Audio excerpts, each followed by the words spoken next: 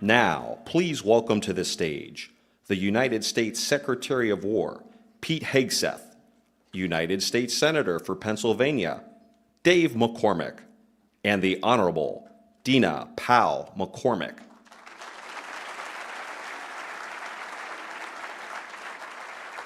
How we doing?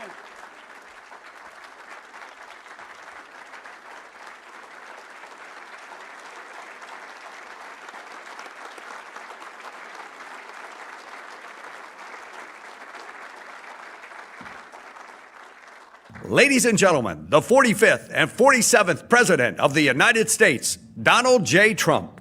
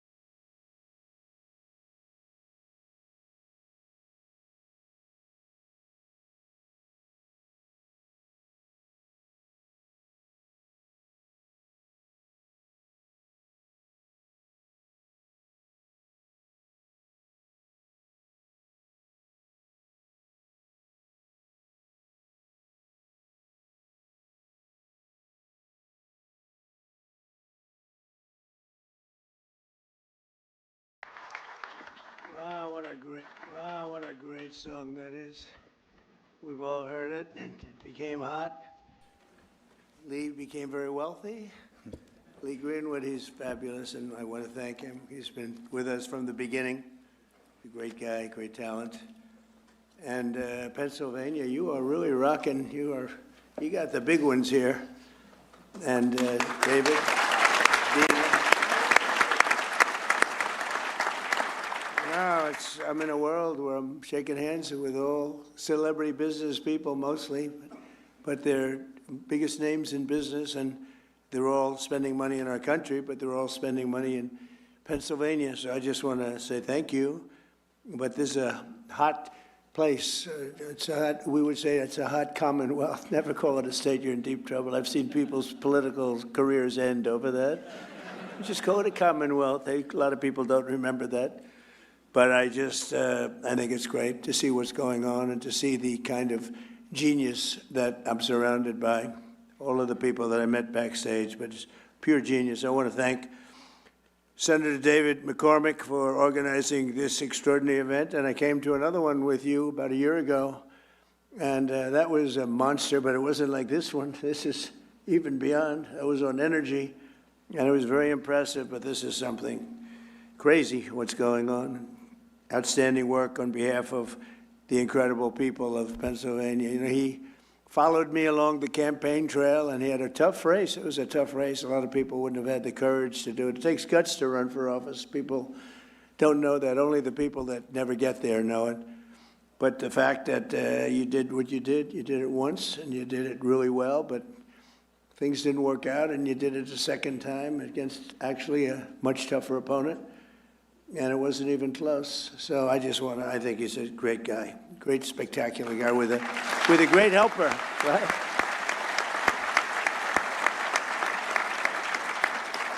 But we're here today to celebrate a colossal victory for this Commonwealth and for the entire nation.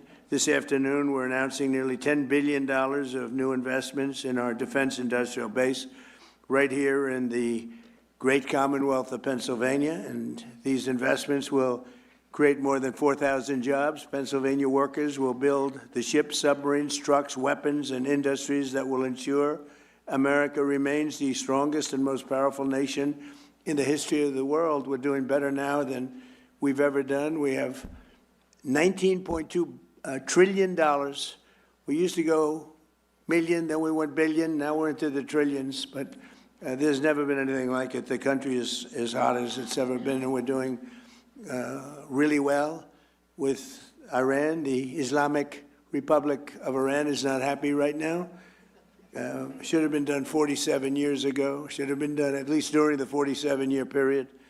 And it wasn't. Other presidents didn't do what was right. They should have done it a long time ago. It would have been much easier. And they want to settle so badly. They don't like what we're doing. And they do want to settle. We'll find out whether or not we settle with them or we just finish it off.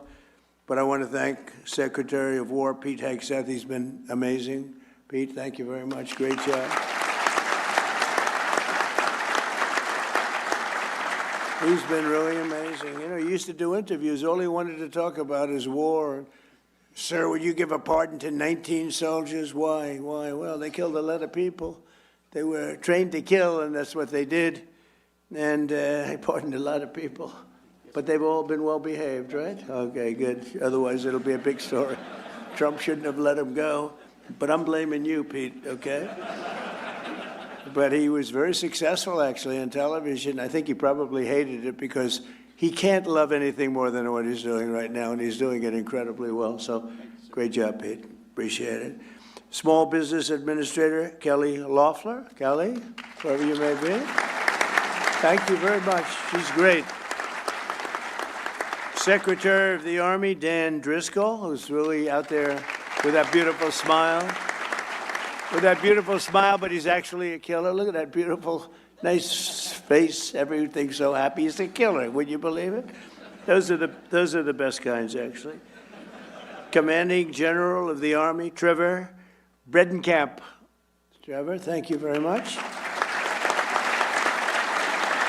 And a couple of warriors in a different way, but they are great. Scott Perry and John Joyce, congressmen, and they are fantastic, and they've been my friends for a long time. Where are you? You've been my friends for a long time. They're tough cookies, and they want what's right for the country. Thanks as well to your amazing state treasurer, Stacey Garrity, who is running for governor, and I'm telling you, this guy Shapiro is totally overrated. I watched him the other night doing a speech, and he does not have what it takes. Maybe he'll win, and he's expected to win, but I hear things about Stacey, and I'm hearing some poll numbers that are very good, but Shapiro is, he doesn't have what it takes. Now, people think that's a horrible statement to make, but that's the way politics is. That's the way it is. I tell the truth. Attorney General David Sunday. David, thank you very much.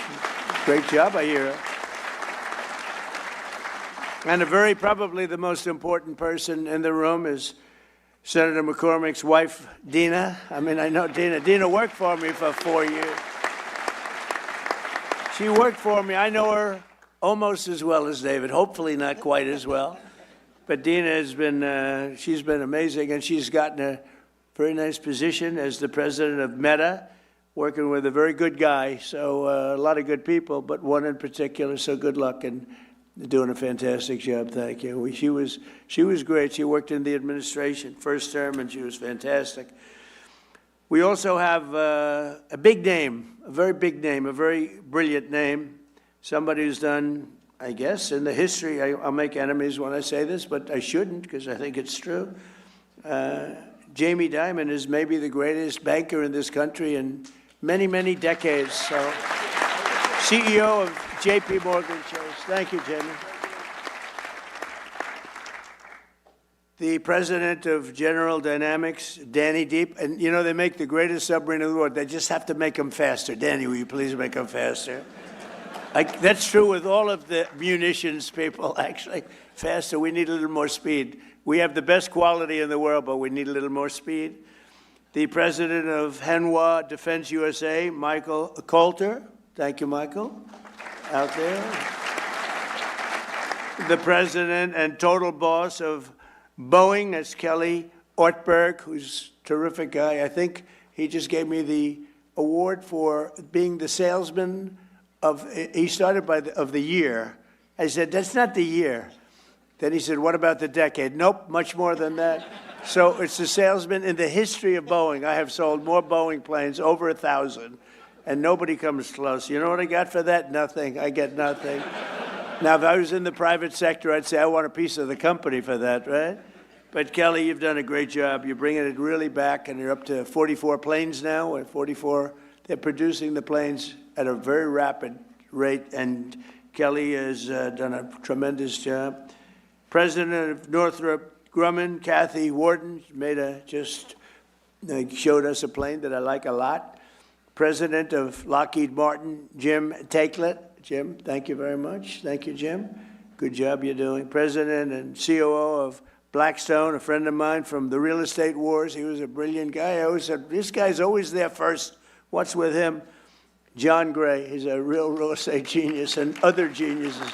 Now real estate, he doesn't even have to participate, he said, but you've done a great job, and say hello to you-know-who. He's a tremendous guy. He's been a big help. Steve has been a big help. Co-chairman of TWG Global, Thomas Tull. Thank you, Thomas. CEO of Divergent Technologies, Lucas Zinger.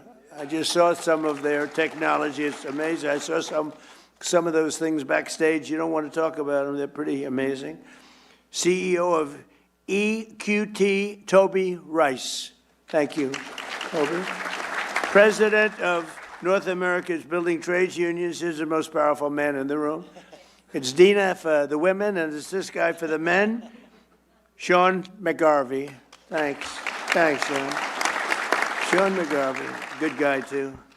And the founder of Valor Equity Partners, Antonio Gracious, and he's somebody highly respected by everybody, including my family, my kids, and also helped us tremendously working at the early stages of the administration with costs, because we inherited a cost mess, and he was fantastic, and I want to thank him, and Elon too. Elon did a fantastic job. This year we're celebrating the 250th anniversary of American freedom, and no state has been more central to protecting that freedom than the Commonwealth of Pennsylvania. Pennsylvania is where America declared its independence, where George Washington crossed to Delaware, where the Union was saved by the heroes of Gettysburg. What a war that was when you read about it. And where Pennsylvania workers poured the iron and steel that won 2 world wars and won lots of other things in addition. With today's announcement, Pennsylvania will play a key role in building the arsenal of freedom to defend our nation in the modern world. We have things happening in this state. I think really people don't know what's happening in Pennsylvania. People aren't really, literally, they're not able to even fathom what's going on. And I'm just sitting back there. I thought I was very well aware of it. And then I'm meeting people, very well-known people, and they're saying what they're doing here. We got to get the word out a little bit, because this is very much of a miracle, very much of a miracle. Highly respected people. The talent and innovation in this room will keep America safe for many years to come. They are very advanced, the most advanced equipment anywhere in the world. Under the Trump administration, we've invested a record $1 trillion in the United States military, and next year, I'm proud to say, and Pete, we have to get moving on this, $1.5 trillion we're going up to, and we need it. It's all made in the USA, so it's not, as Sean, it's not fully a cost, it's cost. We got to take something, but it's called jobs, and when you think of it that way. But 1.5, I built the military in my first term, and I used it in my second term, and as you know, Venezuela was actually 48 minutes, but let's call it one day. And we've paid for the cost of that war 50 times over, more than 50 times over already. And they've been great. The people from Venezuela, the leadership has been fantastic. And we're working with them, and the big oil companies are moving in. They've made more money for themselves in the last few months than they made in the history of the country. And it's just it's being properly run. They have oil. They have so much oil. You find the oil there, Pete, you just look down on the ground and you say, oh, that's oil. Just drill it. There's very few places that have anything like that. But we have a great relationship with the leadership. We've worked with them very closely, and we're bringing all the big American companies in, and it's been very much of a miracle. Millions and millions of barrels a day. The spirit of our armed forces is the highest it's ever been, with every branch setting records for recruitment. And I will tell you, during the campaign, when I was running against Kamala, she had no clue, but Joe had no clue either. That's why they got him out of there. I had to run against two people. Everyone else runs against one person. You do well. Joe wasn't doing too well. He was down like 28 points. So they said, let's replace him. That's like replacing a fighter. You're doing great against the guy. I said, let's put somebody else in. Fortunately, she wasn't much better than he was. And somebody said she's leading in the polls. That's not possible. But if she is, that's fine. You got to go out. You got to win. But what's happened with the election, this was an amazing election. Think of it. We won every swing state.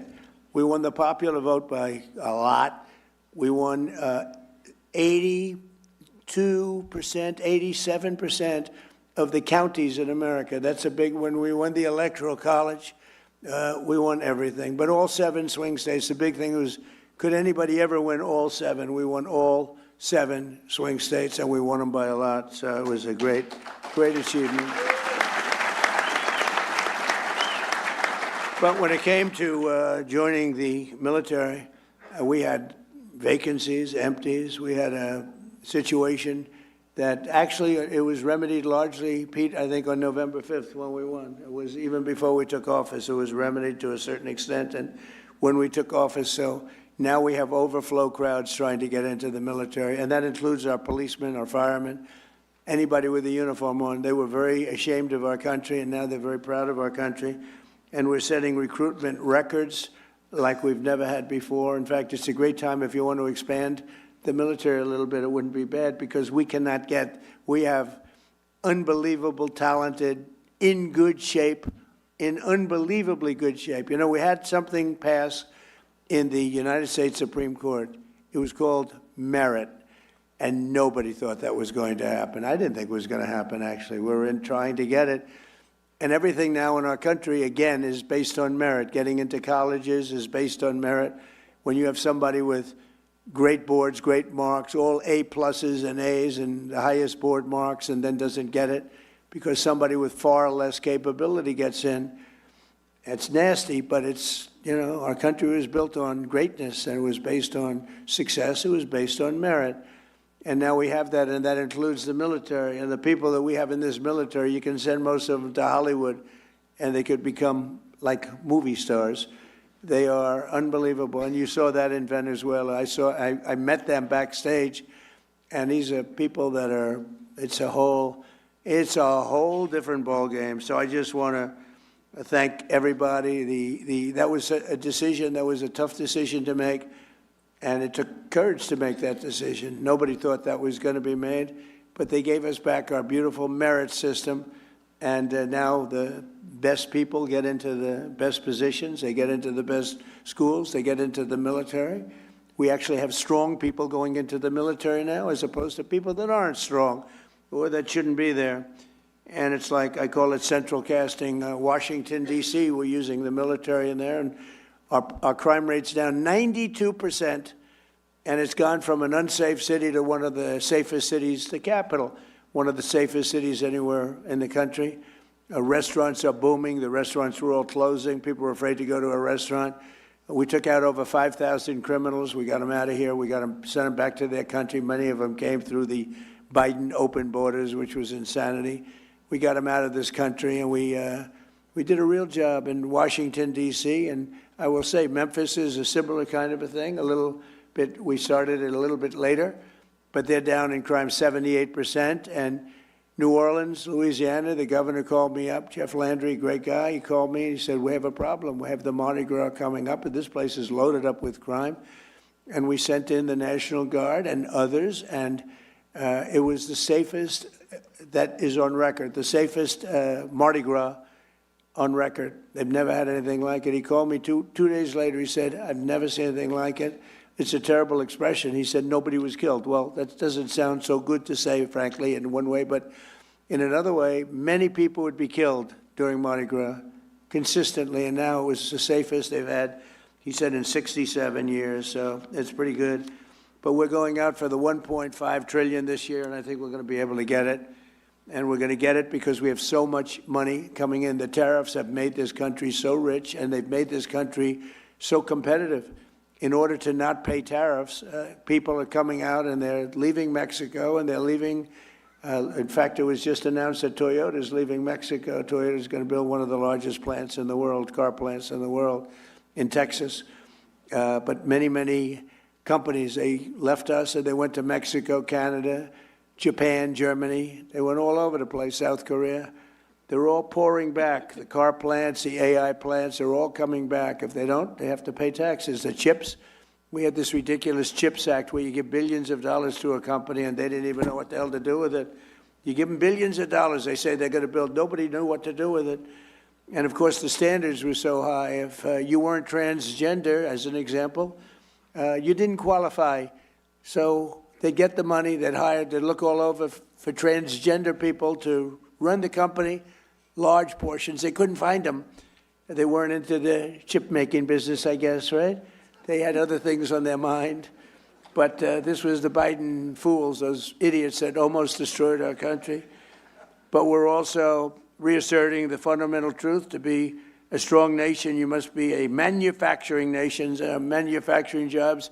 When you see these plants start to open, so we're building now at a record that we've never even, I don't think any country's ever approached this record. Again, we have $19.2 trillion being invested, and there's never been anything like it. You go back years and years, and it's China had the record with $3 trillion, and we're at $19.2 trillion. There's never been anything like it. These are going to be starting to open in 6 or 7 months. I mean, it's unfair because, you know, whoever the next president is going to be sitting up here someday and say, what a great job I did. What a great job. I did the greatest job, Jamie. He's going to be talking about what a brilliant president he is. And I'll be home and I'll be saying that, son of a gun.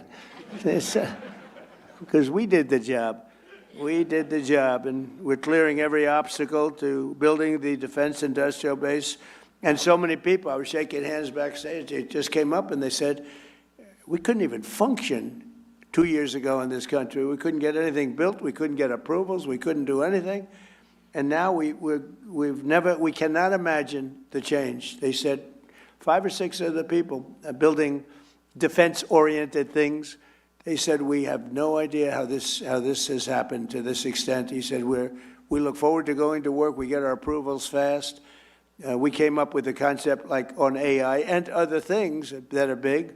Rather than going to our old, very old and fragile grid, we maintain it, but it's old and not up to date. It was let go by a lot of people that were in my position. They shouldn't have done that. But I came up with the idea to let them build their own power plant. So they're building their own power plant. So, you know, people would complain about the grid, but actually they're giving their excess electricity back into the grid. It's a phenomenal thing. But they're coming up with power. They're doing their own. They're really becoming a utility. They're becoming, actually, in addition to AI, they're also becoming utility. And they're building some of the greatest power plants anyone has ever seen. We don't want wind because it's terrible. Doesn't work. These countries that go to wind, you go to wind, you lose your way, you go out of business. Look at what's happening in the United Kingdom. Wind all over the place. Doesn't work. Too expensive. Everything's made in China. And remember, you have to replace them after 8 or 9 years. You know, it's wonderful if they were there, but you got to replace them all the time because they wear out. The salt water kills them. It's ridiculous. And we have the oil and gas. We have a number of people back there with the nuclear. Nuclear is hot. It's become safe. And we got to keep it safe, but it's become safe. But we have tremendous new things happening, and some of these power plants that are being used for AI and other things that they're building are so far advanced from what you're used to. When you look at Con Edison, you look at the old companies, it's fine. They get the job done, but these are tremendous advancements that nobody would have ever come up with except for this group of seriously brilliant people. After decades of foreign countries ransacking Pennsylvania and all of our country, they ransacked our country and stealing our jobs, I imposed historic tariffs to protect the American copper, aluminum, steel, and many, many other projects like cars.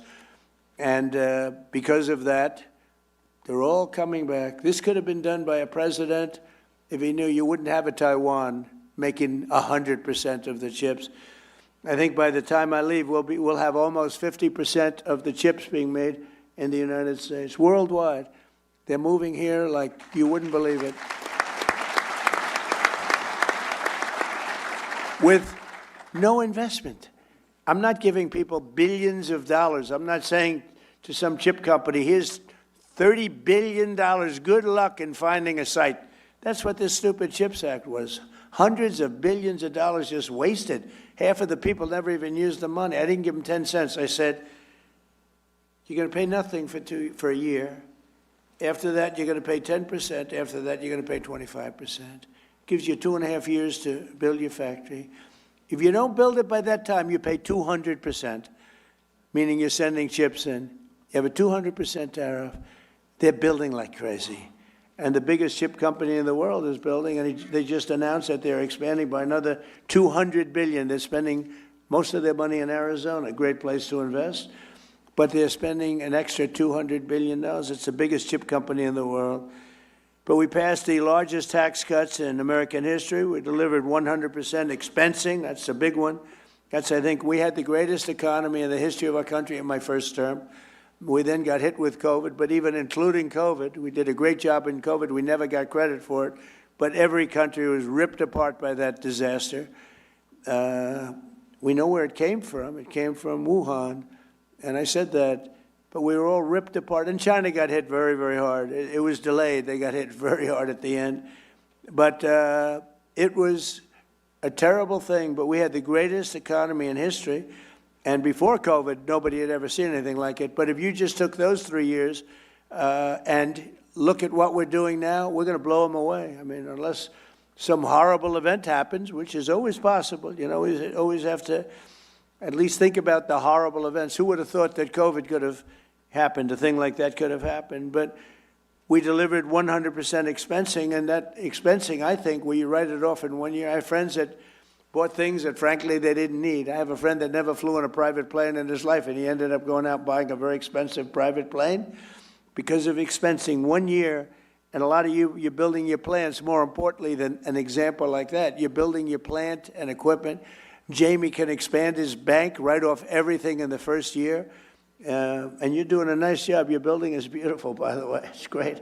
You can write that sucker off in 1 year. Can you believe it? Now that stands up there, that steel. I want to know that steel contractor. He did a good job, a great job, actually. But we delivered 100%, and I felt it was very important to do so. And it goes for a 10-year period. So it doesn't just, I actually want to make it for 1 year because I figured everybody's going to come. 10 years is too long, but we had a couple of senators that really wanted, including a man named Lindsey Graham, who we love. And Lindsey, we pay you respect because he was some special guy. Lindsey, David, was a big proponent of 10 years instead of 1. In other words, you could use this for 10 years instead of 1.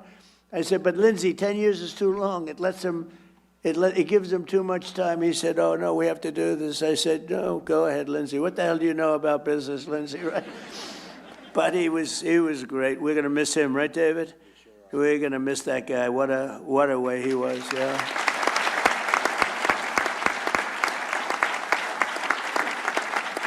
You know, he's a guy, I'm just thinking, he's a guy that some people you don't appreciate until they're not here, right? And you just saw all the quality that he had. He got things done. He could even deal with Democrats. If I needed a Democrat, I could go to Lindsey, and Lindsey would take him out and wine him and dine him and say, I got him for you, right? There aren't too many people could do that. David and I know it very well. but the expensing was so important. I think it's really what led to the tremendous success, because we had it in the first year and in the first administration, and I think that was what led to the single most important thing, I think, in terms of investment was the one-year expensing. I think people were building, sometimes maybe they shouldn't have been, but they were building at levels, and then it caught up. We passed the largest regulation cuts in American history by far, and we unleashed American energy, including Pennsylvania oil, gas, and clean, beautiful coal. We're back in the coal business. We have so much technology and changes have been made in coal. And in the Trump administration, you're not allowed to use the word coal without preceding it by the words clean, beautiful. And Chris Wright, who you know so well, and Doug Burgum, they've been a fantastic team. And they were making a speech. And I said, nobody can say coal without preceding it with clean, beautiful. But this whole speech was on coal. And they kept saying, clean, beautiful coal, clean, beautiful coal. And I said, okay, it's enough. You know, but it is. It's and look, you know, I hate to say it, but it's what China uses. They're building now 58 massive coal plants. And, you know, they're responsible for building the windmills. And I said, how many windmills are they building in terms of using on their land? John, I want to know, if you see any, let us know. They got coal plants all over the place, but they build the windmills. But the only one they have that I know of is one that they want to use. They use it they don't use it in terms of energy. They show people, look how beautiful this is, as those poor suckers buy those windmills and lose their ass. But it's a terrible form of energy, most expensive form of energy.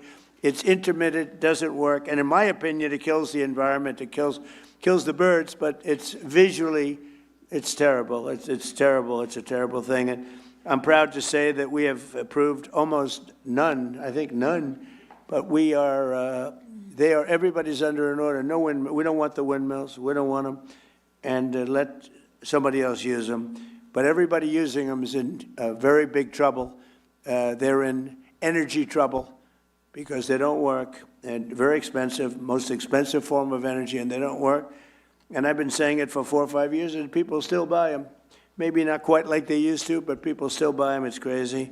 But we unleashed American energy, including the Pennsylvania oil, and the Pennsylvania oil is doing unbelievably well. We saved the great American company, U.S. Steel, and I worked with Selena Zito. I don't know if Selena's here. Selena here? She's so...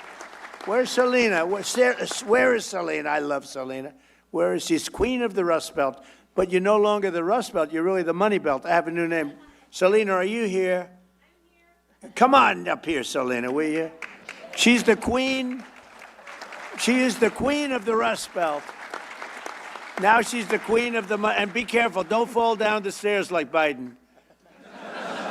Come on, Selena, get down here. Grab her, everybody. I want to show you a woman that knows what she's doing. You know? She knows what she's doing. I had no idea she'd be here, but anything having to do with Pennsylvania, any of these great states, she's around. Well, Selena, I want to thank you. You're really talented. That's only because she writes so well about me. You know, if she wrote badly, I'd say, get her the hell out of here. Selena, thank you, honey, very much. We appreciate it. Really amazing person. Thank you. No, she loved this area. She loved the people, and she saw it going to hell. And she knew more about it than anybody else. And she also knew it had more potential because of the people. And she would write about it like nobody would believe. And she's one of the top writers in the country. And I hate to say that she writes for the Washington Post. But she's one of her many outlets. I hate to mention that, but she's done a phenomenal job of explaining what's going on. And she really just believed in the area, but she believed in the people of the area. They're incredible. You're going to find all of you geniuses that are building your plants. You got the best people in the world working here. So just to finish up, we did more in terms of regulation cuts by 5 times, 6 times, and even in some cases, depending on the way you look at it, 7 times than any other president. We delivered no tax on tips, no tax on overtime, and no tax on Social Security. And we're building a beautiful military complex and a ballroom combination at the White House, and they were working on Saturday and Sunday, partially Sunday.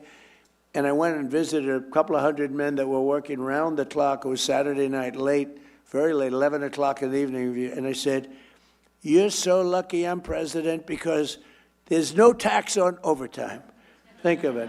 They're making a lot of money, and there's no tax on overtime. But there's no tax on tips, no tax on Social Security, and that's been good. And the other thing we did, which seems simple but never done before, when you buy an automobile, some people have to pay, and they have to go and borrow money from a bank. You're allowed to deduct the interest payment from your income taxes, and that's a big deal, but only if the car is made in America.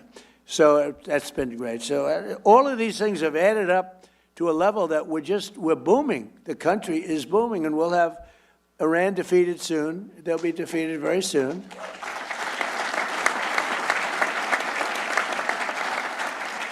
And then I guess it'll be even better. But, you know, even during this, it's been amazing. I mean, to think, so I call it a military operation, but I call it whatever you want. It's incredible. It's like it hasn't made a dent. A lot of people thought oil would go up to $350 a barrel, and today it's at $79.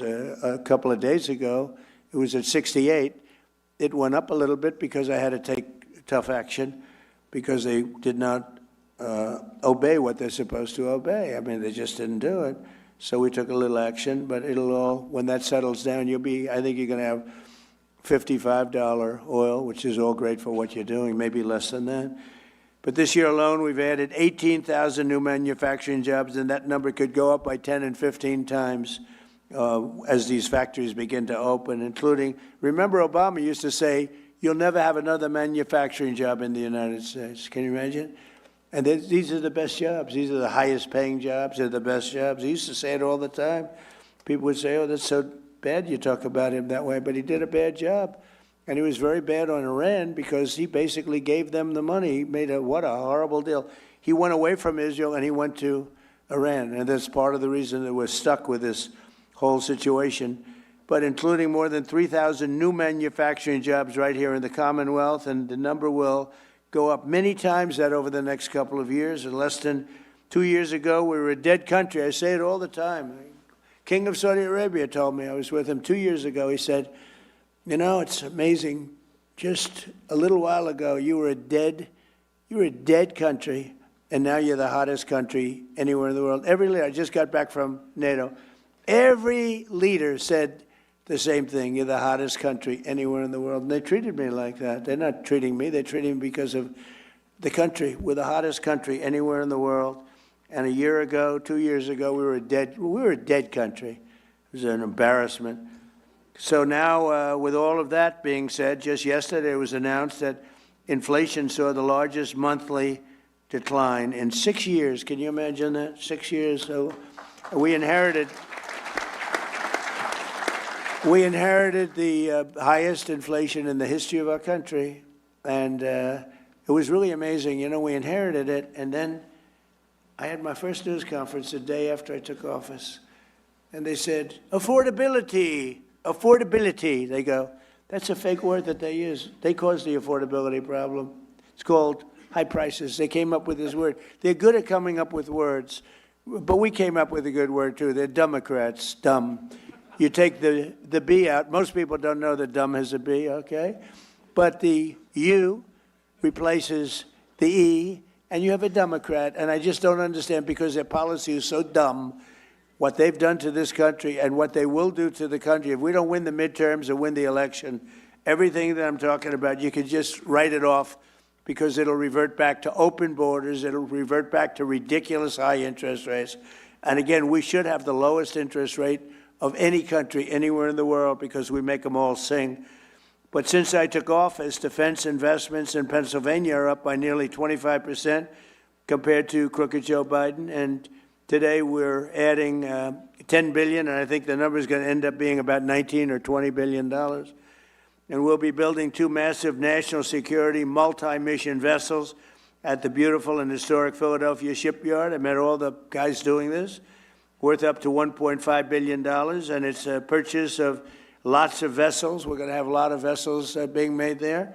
We're also thinking about doing some purchases outside of companies that come here and build. They have to reteach us. We used to make a ship a day, and now we're a laggard in that department. We do lots of great things, but we're a laggard there. And a lot of our shipyards were sold for real estate projects on the water. I bought one, actually. It was quite nicely located, but I didn't know I'd be president. If I knew I'd be president, I wouldn't have done it. I'd say I'd rather have a shipyard, right? But it worked out okay. They had the best locations. A lot of those locations were sold. And we have to build our Navy, Pete, right? We got to get it going. So we're going to probably look at some of these companies that are coming in from South Korea and other places, and they're working with us on ships. And we're going to also buy some ships that are made outside of the area. And we're going to have we need a lot of ships for our Navy.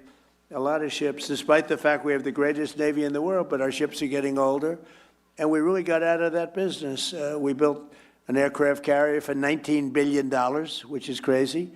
The price is crazy. It started off I came in, one of the first things I went to see was the Ford aircraft carrier. It was way over budget. And it had things on it that you didn't need, like it had magnets to lift up the elevators with 10 and 12 planes on them.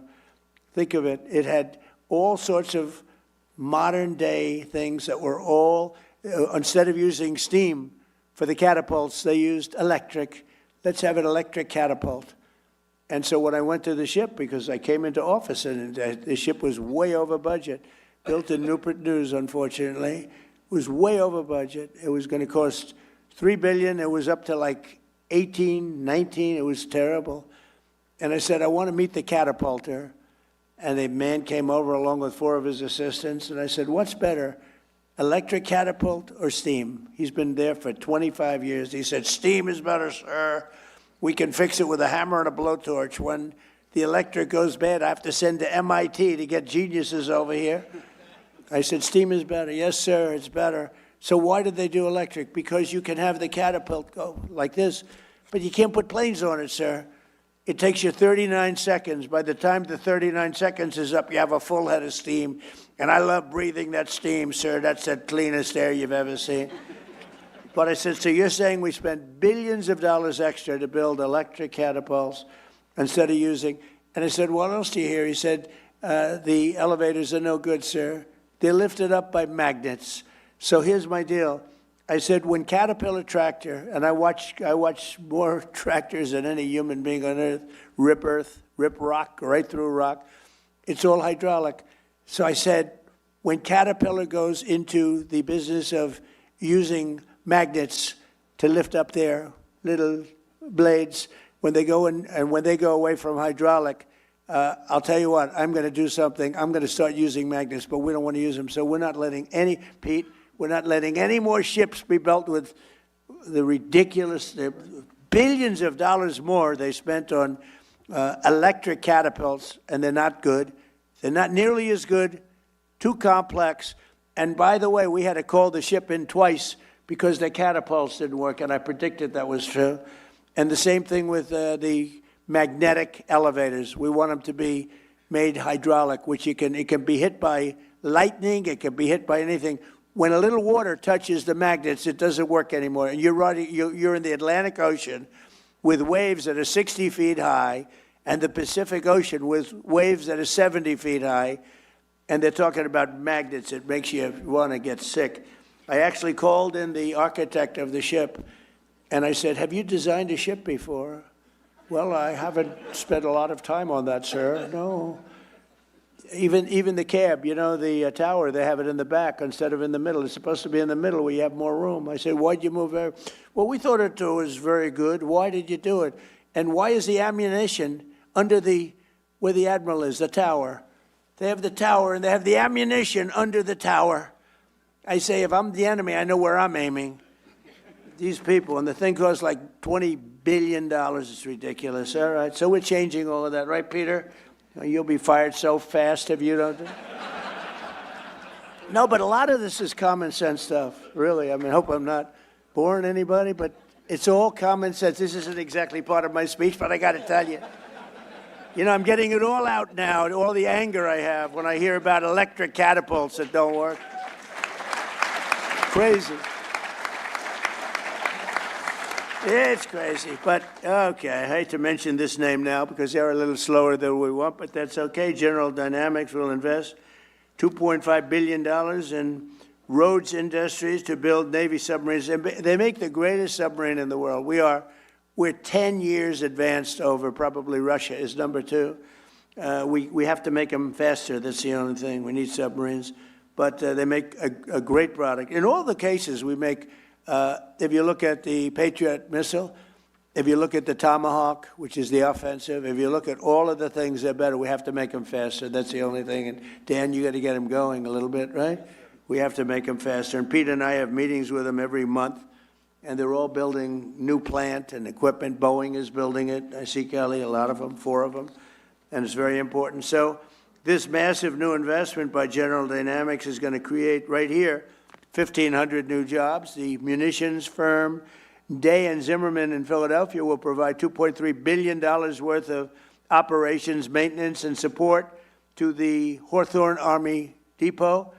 And EOS in Pittsburgh have just agreed to a multi-million-dollar partnership with the Department of War to build, don't we love that name better? We won World War I.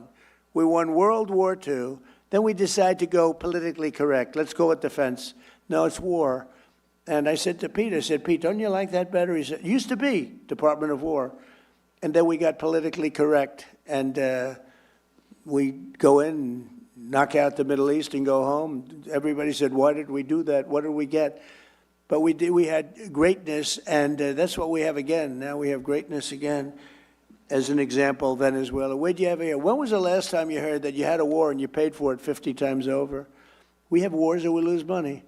We have wars, we blow up something and we leave, and everybody said, what was the purpose of that? Nobody can answer the question. We don't do that anymore. But EOS in Pittsburgh just agreed to a multi-million-dollar partnership with the Department of War to build energy storage technology in support of our Golden Dome missile defense shield. We're building a Golden Dome over our country, and it's going to be a very effective one. We had 111 missiles shot a few weeks ago by our lovely friends from Iran. They were aimed at the Abraham Lincoln, which is a beautiful aircraft carrier, by the way. The SS Abraham Lincoln, 111 in a short period of time. Out of the 111 missiles shot, 111 missiles were knocked into the sea easily. Think of that.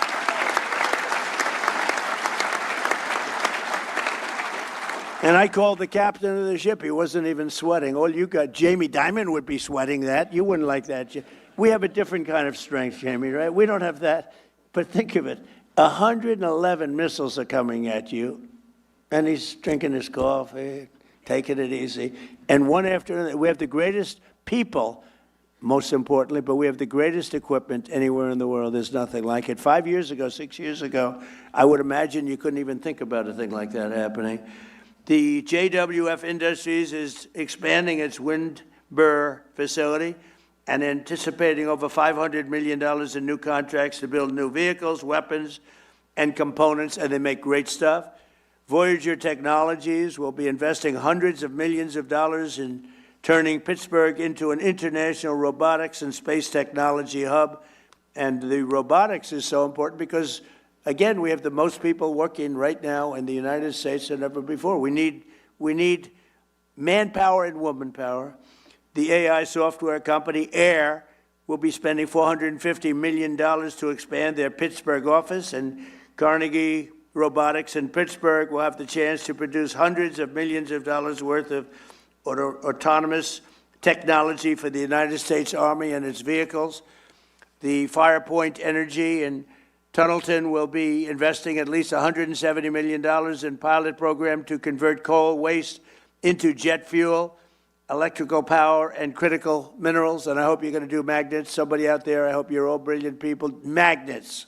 Do magnets, okay? I'll tell you how to make money. Do magnets. You're doing a lot of great stuff. Do magnets. Because one thing we don't have, but we're getting close, but do magnets. So I hope John Gray is listening to me so he can give him a couple of bucks and go into the magnet business. I guarantee it's going to be a success. It's one thing we don't, for some reason, it's not complex, not hard. we have the material. For some reason, they just don't do it. We need magnets. So one of you companies out there, go out, I'll teach you how to make money. Just do it. Companies like Adelon, Kratos, Advanced Cooling Technologies, Sphere Brake Defense, JP Morgan Chase, and Q Intel, among many others, will be expanding their investments all across the Commonwealth of Pennsylvania. In addition, the defense subsidiary of the legendary Pennsylvania company, Mack Trucks. Oh, I met him the other day. Where's Mr. Mack Truck? Where the hell are you? He was great, making a beautiful, thank you very much, making a beautiful truck. He's trying to sell 15,000 of them to us, 15. I said, how many are you looking to sell? Sir, 15,000. I thought he said 15 because it's a big, beautiful truck. I made a speech 2-3 weeks ago, and they had a sample of the truck right behind where I spoke. It made me look very small, sort of like Dukakis, remember, in the tank? I said, get that truck the hell out of here. I immediately thought of Dukakis with the helmet and the massive helmet, the massive tank, and you didn't even see him. That was not good. He went down 20 points after that. So I said, get that truck out. But the truck was amazing, actually. But I said, how many? He said 15,000. I thought he said 15. So I said, he's going to sell 15. That's a lot of trucks. He said, no, actually 15,000, sir. So, but it's a beautiful truck, and I think he's got a good shot at doing it. And he'll be building $222 million worth of powerful new vehicles for our military already in a different truck. And Mack Truck is doing really well, and they've been great. And because we're here in Pennsylvania, where State Trooper Michael Farrow was killed just 2 weeks ago by an illegal alien operating a semi-truck on a commercial driver's license, which he should never have had. He was here illegally, came in through Biden. Today, I'm making one more important announcement. My administration will soon take historic action to get illegal alien truck drivers who are just killing a lot of people. They can't read signs. Many of them are on drugs or alcohol, and they shouldn't be driving these things. And they came in totally illegally, and we don't want them, but they are driving all over American roadways, and we're going to replace them with proud American veterans. We're going to take our veterans, we're going to teach them a lot about driving trucks, and in many cases they know. We're going to say any American who's driven a heavy truck for our military will automatically be eligible for a commercial driver's license. So we're going to get them taken care of. And the radical left is very much opposed to that, but it doesn't matter what they want because we're the ones that are running it. And just to finish, I want to thank our great Speaker of the House, Mike Johnson. He's fantastic, that man.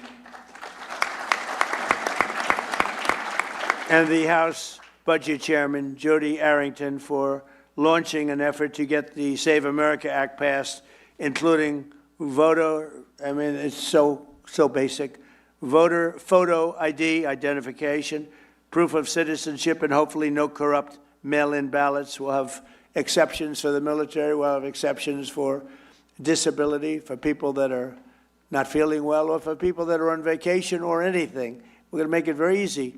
But the mail-in ballots, you see what happens in California. The vote still isn't counted. Can you believe it? It's like, 6 weeks? The vote still isn't counted. But the kid really, he was Spencer Pratt. I don't know Spencer Pratt. He came to the White House and saw me. But Spencer Pratt was an automatic lock, and he didn't make it. There was a little thing, Dina. They said, well, Spencer's falling behind a woman that nobody ever heard of. He's falling behind. No, it's very corrupt. And they were going to do that to Steve Hilton, too. And I had the U.S. attorney, did a great job. He started an investigation. They said, Steve Hilton is starting to fall badly behind. And I said, that doesn't mean falling behind. That means cheating is going on. This is 2 weeks after the election. So I got the U.S. attorney involved, and like 20 minutes after they made that statement, they said, Steve Hilton just made the runoff. These are crooked people. These are crooked people. The whole thing is terrible. But along with our incredible farmers and funding for our troops, so we're getting a tremendous amount of funding for our farmers, and we take care of our troops. We got them a great pay raise.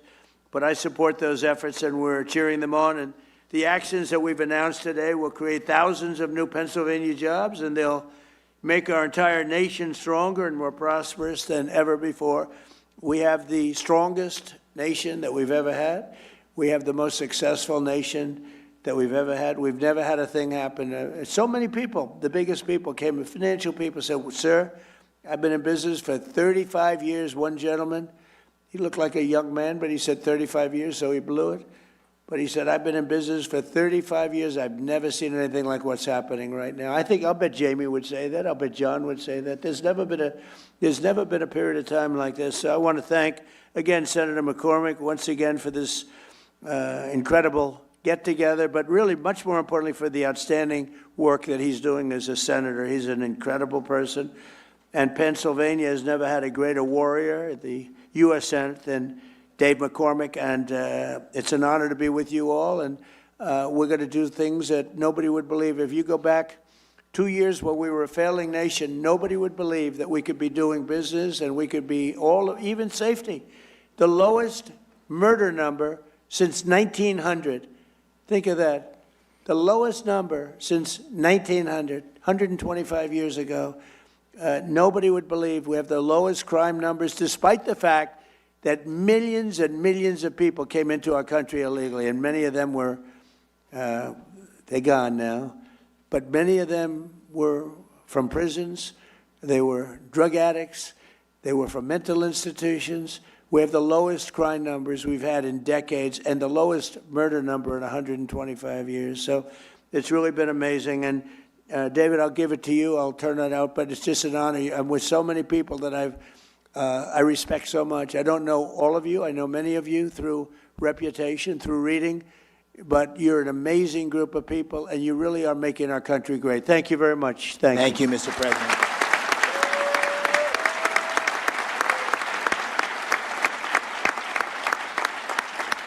Thank you. Thank you, sir.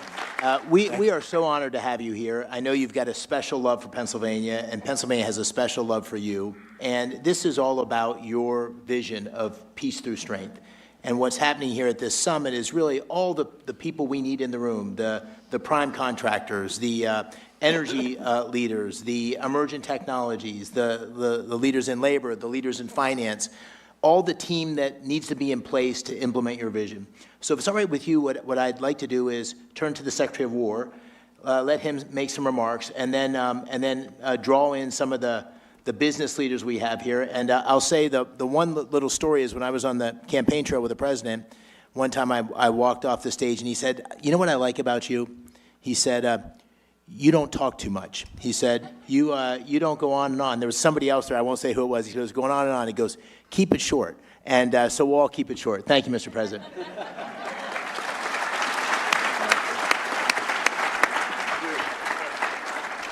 Senator, that was a good warning and a good reminder, for sure. Mr. President, it is true to say that there has never been a moment like this or a stage like this where innovators, prime contractors, private equity, titans of industry, labor leaders, defense leaders have come together for this type of moment. There's never been a moment like this where the aperture has opened up inside the Department of Defense for defense and the second word, innovation. Your demand of me as a business leader and a builder is that we move at the speed of business and competition and speed and scale. And that's what these folks have funded and founded in their companies. But our bureaucracy was built to keep most of you out. And we've been waging a war of attrition against the Pentagon bureaucracy to open up the aperture and make sure competition and speed and innovation and commercial options have a seat at the table. Not just great prime contractors who've been there for a long time, but many of our great companies that make many of our best systems started to look a lot more like the government than they looked like business. And so what the president does behind the Resolute desk with prime contractors, and you've been at those meetings, and I've been at those meetings, and it's a reminder to all of us that our nation needs the best weapons, not tomorrow, but today. And we need these companies not just adding an extra shift to the factory, but investing in another plant and another plant and another manufacturing line, which is what's happening here in Pennsylvania and all around the country.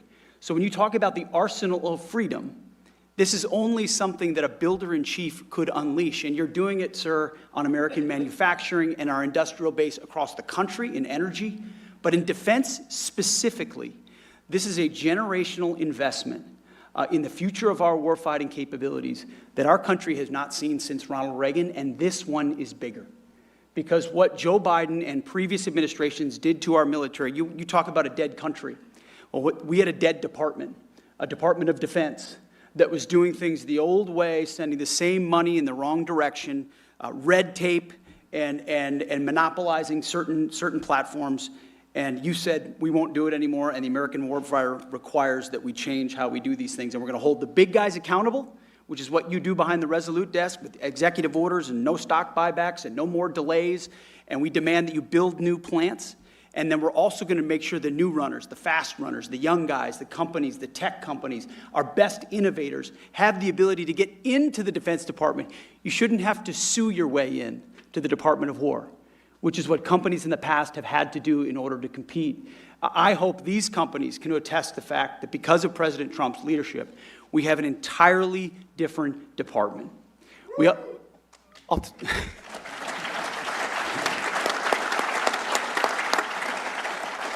And it's important because we're at an entirely different moment. Not only do we have near-peer adversaries with historic military buildups, but we're at a step-change moment.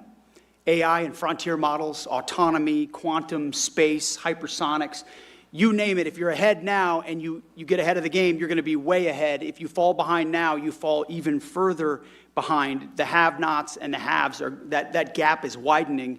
President Trump sees the moment and is investing in it in our department, but across government, to make sure the 21st century is an American century. But he's demanding that we do it differently. We do it in a fiscally responsible way. We audit our department. We ensure that the money that we ask for is well spent. So we've got a different department, a different moment, and thank God we have a different president who rebuilt the military once. He's doing it again, and is willing to make a historic investment, $1.5 trillion investment in the War Department to ensure that we outcompete, without question, every other nation on planet Earth, so that things like Venezuela can continue to be done to reestablish deterrence around the world. But that next midnight hammer that's required 10, 20 years down the road is because of the F-47 and the B-21 and the autonomy and the carriers that this president will build because of this historic investment. The Golden Dome that protects our country, the AI that allows us to target faster. This investment will fundamentally change the battlefield, keep the American people safe now and into the future, and it would not happen with Donald Trump. Mr. President, thank you very much.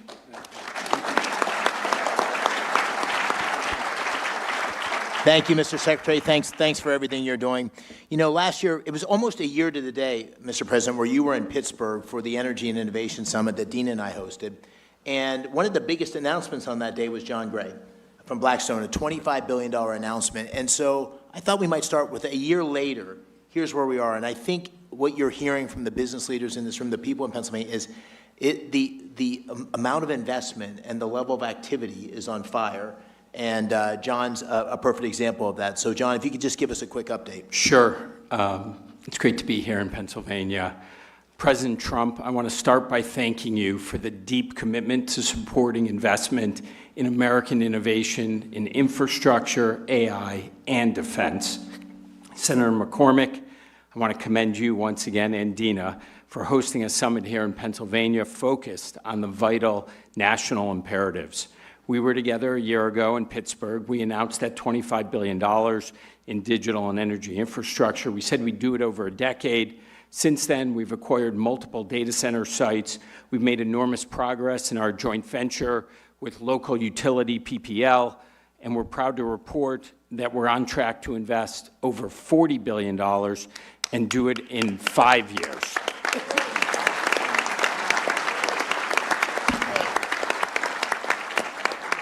50% higher, 50% less time, not bad.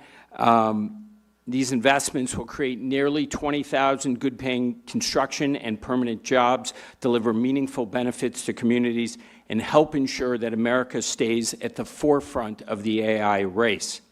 This would not have happened without the conference that you and the President hosted last year, We also got tremendous support from the governor in terms of infrastructure development.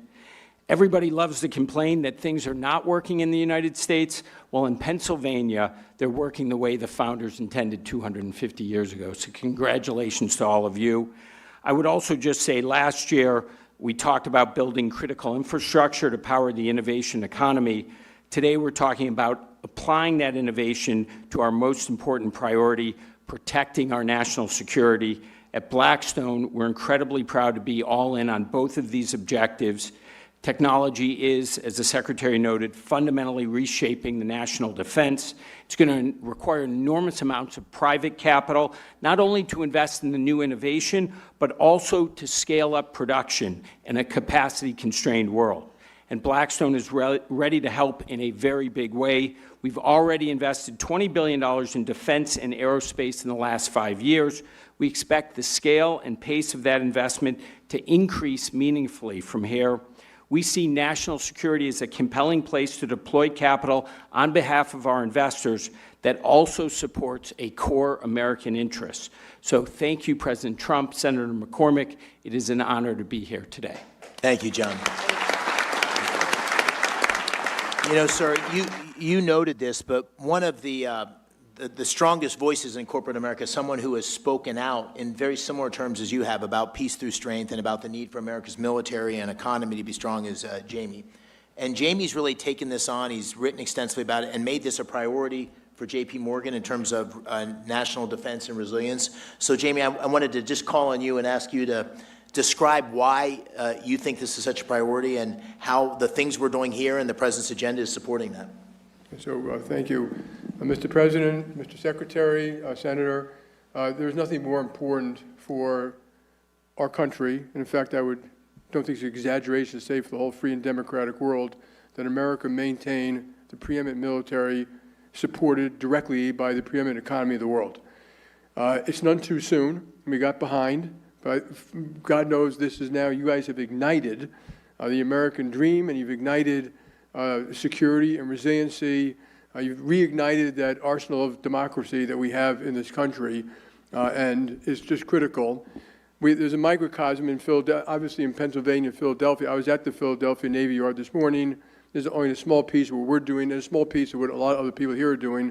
That Navy Yard actually built ships in the Revolutionary War, ships in World War I, ships in World War II.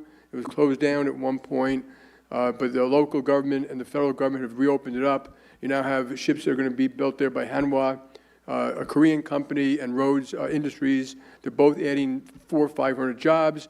People should remember when they add those jobs, there are another 5,000 jobs to be added to support it. A lot of small vendors, contractors, et cetera.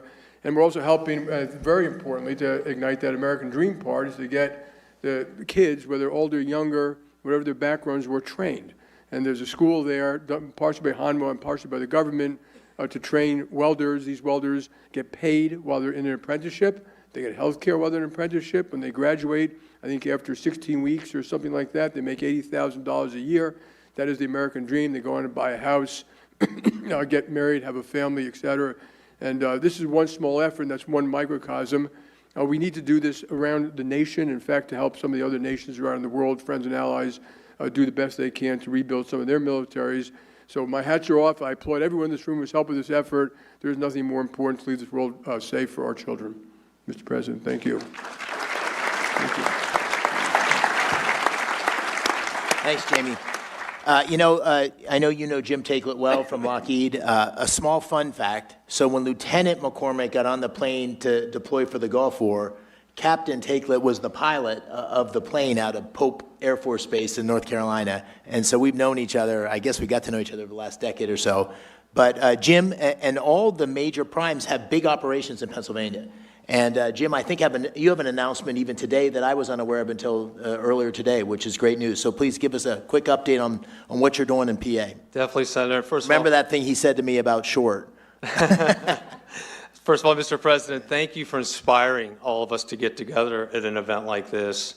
Secretary Hegseth, really appreciate your driving the acquisition transformation that is very much needed, as you just described. And Senator, this is an amazing gathering.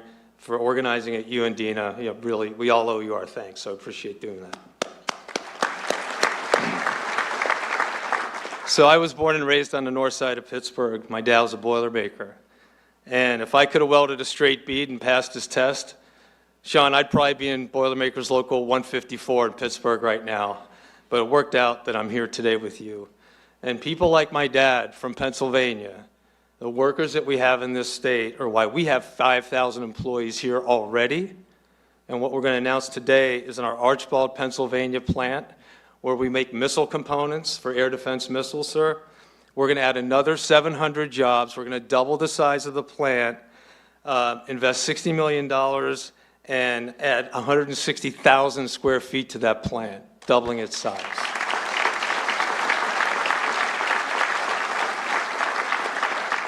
And that's on top of $300 million we just completed investing in our Valley Forge operation, which does strategic missile reentry, among other things. And you know, Mr. President, that we're going to invest upwards of $9 billion in the next 3 years at 20 different sites. Looking forward to showing you some of those plans when you have time. And we are going to continue to build with you and with the Secretary the arsenal of democracy, and Pennsylvania will be ground zero for that effort. Thanks, Senator. Thank you. And just real quickly, I'll keep us going. Danny Deep from General Dynamics. Danny is the president, and I had a chance to tour that 155 facility in Scranton, and you've got assets across Pennsylvania, another huge employer. Just give us a quick update on what's going on in Pennsylvania and how you see the future expanding based on what's the president's policies that have been put in place. Thank you, Senator, Secretary. Mr. President, thank you for your leadership here at home and abroad. It is inspiring. So here in Pennsylvania, when you talk about manufacturing muscle, this is really where we have a lot of muscle. 1,100 suppliers, 8 facilities around the Great Commonwealth. Over the last number of years, we've expanded artillery production by 4x. And over the next several years, we'll see it continue to grow. You mentioned Rhodes Industries in that $2.5 billion award. Let me give you a little bit on Rhodes Industries because it's a great story. This is a multi-generation company with family ownership, and they keep their promises. And now they have 10 years to look forward and add resources. Their workforce will increase by 5x. And they're expanding, and we're doing that all over the state with all of these 1,100 suppliers. And thank you for your leadership to do that. And we're committed to deliver Virginia-class and Columbia, and that's what Rhodes is going to work on. And we don't make aircraft carriers.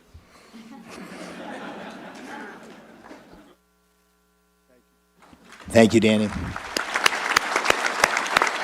You know, your administration has been very active. The Secretary of the Navy, your Transportation Secretary in the Philadelphia shipyard. What is happening there is magical. And we have Michael Calder here as the CEO of that U.S. operation. But it is with Hanwha's oversight and leadership, we are bringing next-generation shipbuilding back to the United States, and it's incredibly exciting. Maybe just give us a quick update on that, Michael. Thank you, Senator. President Trump, I want to start by saying thank you to you and your administration for your leadership on revitalizing the defense industrial base and in revitalizing shipbuilding in the United States. Mr. Secretary, I've been in aerospace and defense industry for decades. This is the most business-friendly, industry-friendly administration we have ever seen. The access, the dialogue between the Pentagon and all of my colleagues in industry is like nothing we've ever seen. We greatly appreciate it.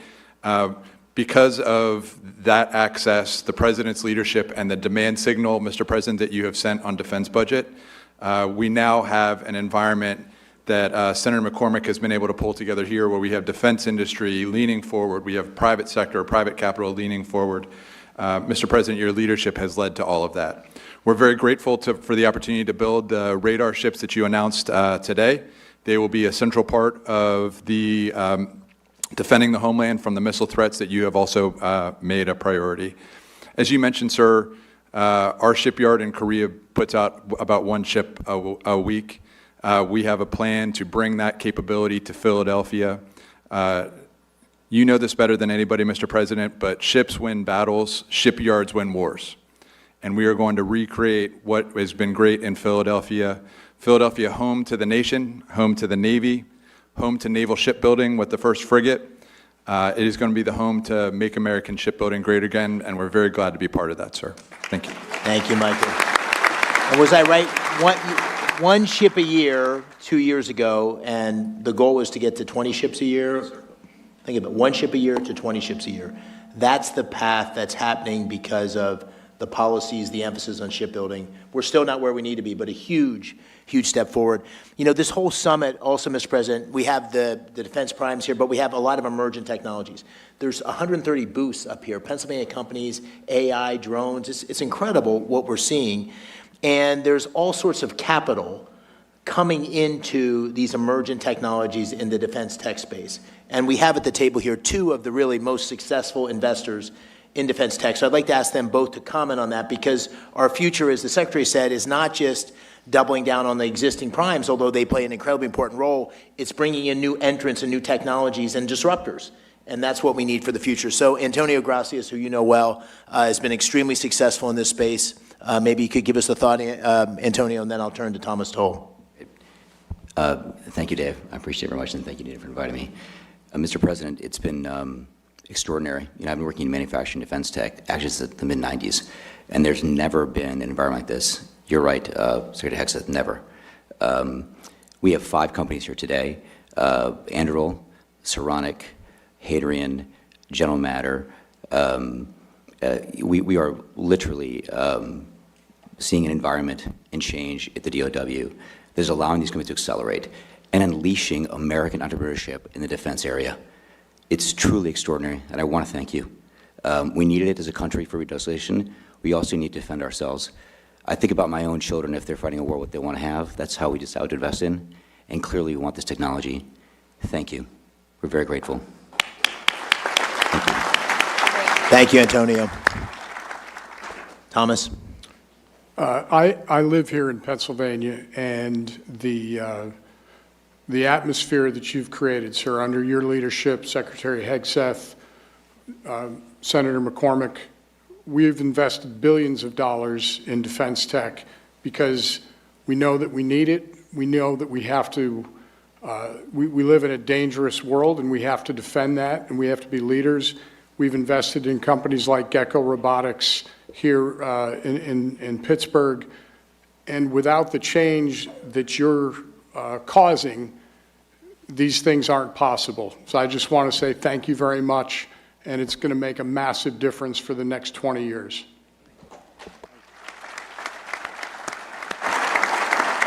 You know, Mr. President, one of the things that you talked about constantly on the campaign trail, and that I tried to talk about as well, and that you've been focused on like a laser, is jobs.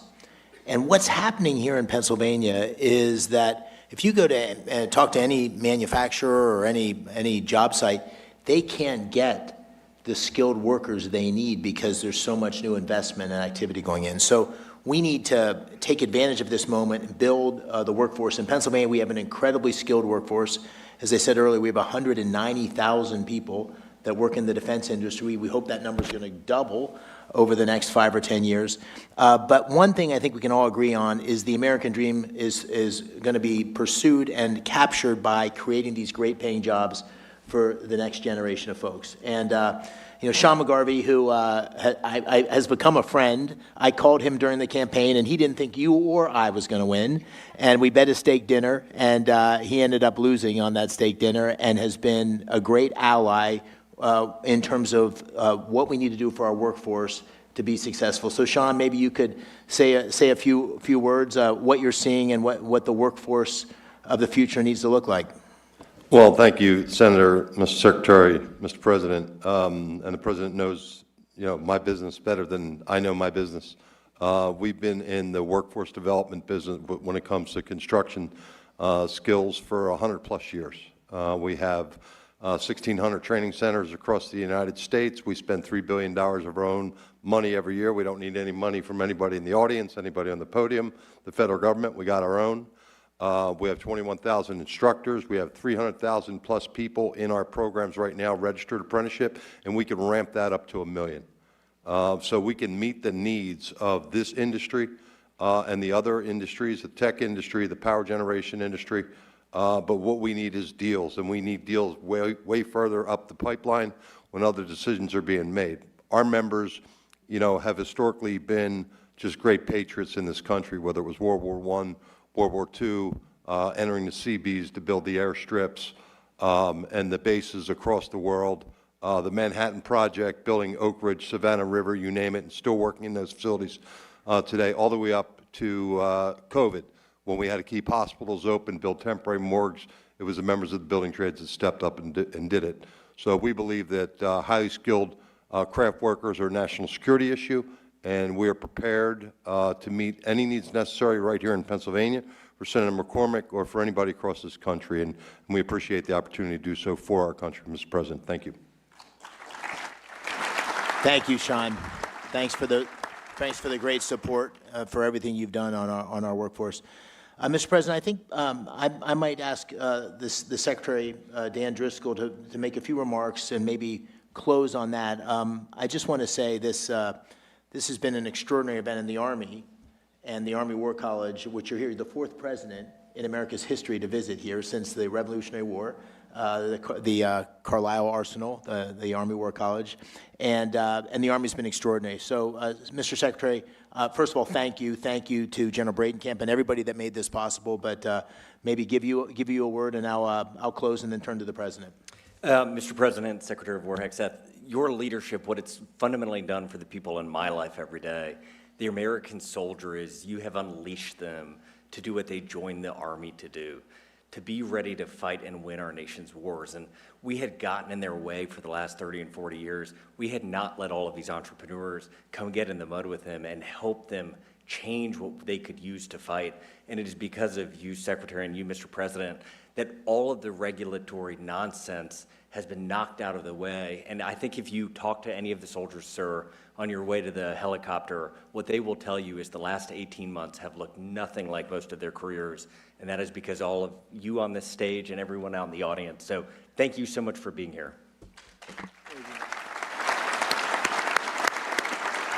Mr. President, just let me close with the following remarks. I think we're in the middle of an enormous transformation in America that's being led as a result or taking place as a result of your leadership.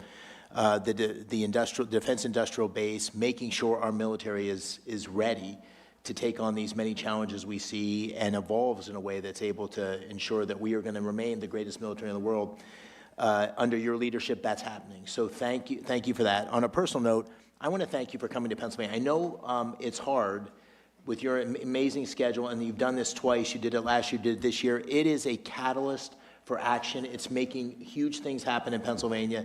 Dean and I are so grateful that you're willing to do this for Pennsylvania and for our country.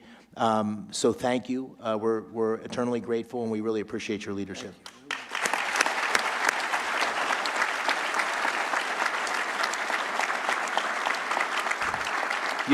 Sir, would you like the final word? Well, I just want to say thank you all very much. This is an honor that I won't forget, and I appreciate your saying I've been here twice, which is pretty much maxed out once a year, but I'll be here again next year for you. Thank you. Thank you all very much. Ladies and gentlemen, the 45th and 47th President of the United States, thank you.